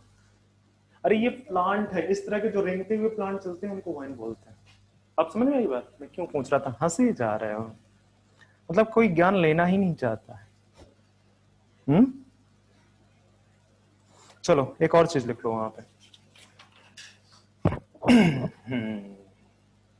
improves the shape of the apple fruit, improves the shape of apple fruit। Actually synchronization, fruit synchronization एक टर्म है। सिंक्रोनाइजेशन का मतलब समझते हो कि सारे के सारे मतलब कुछ ऐसा कर दे हार्मोन के इफेक्ट की वजह से कि जो ग्रोथ है वो सारे के सारे फ्रूट्स का एक पैरेलल चले। ऐसा नहीं है कि एक छोटा सा है फिर एक बड़ा सा है तो बड़ा वाला पहले हो गया और जो है छोटा वाला बाद में डेवलप हो रहा है, ठीक है, वो नहीं, इकट्ठे सारे के सारे जो है प्रोडक्शन हो जाए तो उसको बोलते हैं सिंक्रोनाइजेशन।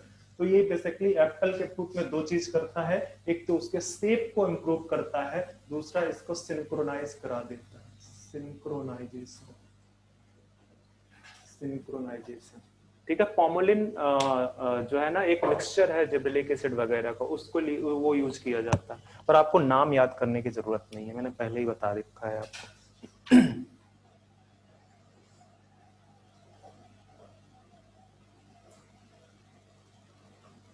एक पॉइंट मैंगो के रिस्पेक्ट में कहीं लिखा हुआ है, जाकर लिख लेना, मेरे पास दिख नहीं रहा है। अब ये स्टेम एलोंगेशन वाला पार्ट मैंने फिनिश कर दिया है, 2-3 पॉइंट मैं और लिखाऊंगा। आपको लग रहा होगा कि ये सब जो है इसमें से ये फ्लावरिंग एंड पार्थेनोकार्पी को छोड़ के बाकी सारे के सारे जो है ना वो स्टेम एलोंगेशन से रिलेटेड थे, ठीक है। अब एक और पॉइंट यहाँ पे लिख दो, इंड्यूस, नो इंड्यूस नहीं, breaks all type of dormancy. और ये भी याद रखना जब भी डॉर्मेंसी टर्म आएगा, ठीक है, इसके लिए अगर कोई हार्मोन, मेन हार्मोन पूछ रहा है तो वो जिब्रेलिक एसिड है, ठीक है। जिब्रेलिक एसिड सारी टाइप की डॉर्मेंसी को ब्रेक करता है, ठीक है, किसी भी टाइप का डॉर्मेंसी। डॉर्मेंसी समझते हो ना, ठीक है, सस्पेंडेड ग्रोथ स्टेज, ठीक है, सस्पेंडेड मतलब आपका जो फिजियोलॉजिकल एक्टिविटी है अगर वो सस्पेंड हो जाए। तो सीड में क्या होता है, सीड डॉर्मेंट स्टेज है, ठीक है। किस चीज के लिए डॉर्मेंट स्टेज है, to pass the adverse condition, ठीक है, एडवांस एनवायरमेंटल कंडीशन, ठीक है। प्रमोट सीड जर्मिनेशन, इसी में लिख दो, इसी में लिख दो promote, therefore promote seed germination, seed germination को प्रमोट करता है।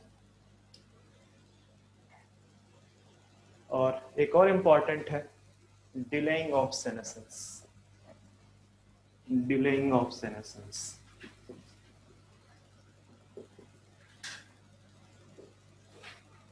फायदा क्या है इसका,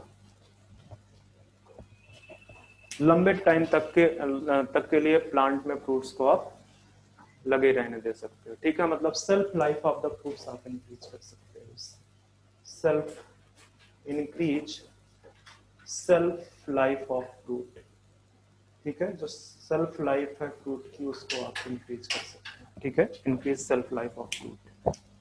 तो मुझे लग रहा है कि मैंने सब खत्म कर लिया है। एनसीईआरटी जरूर रीड करना बच्चा, मैं चाहे जितना कोशिश करूं कुछ ना कुछ रह ही जाएगा। एक क्वेश्चन लिखना चाहो तो लिख लो, पर आएगा नहीं एग्जाम में। लॉन्ग डे जो प्लांट है फोटोक्रियाटिज्म, जब मैं पढ़ाऊंगा आपको तो वहां पे जो लॉन्ग डे प्लांट आते हैं, ठीक है, उनमें ये फ्लावरिंग इंड्यूस करता है। लॉन्ग डे प्लांट, क्या मैं बोल रहा हूँ, long day plant, LDP, short night plant, ठीक है, वहां पे क्या करता है, फ्लावरिंग को इंड्यूस करता है। आपके यहाँ के पेपर में है, इस वजह से मेरे दिमाग में पड़ा हुआ था।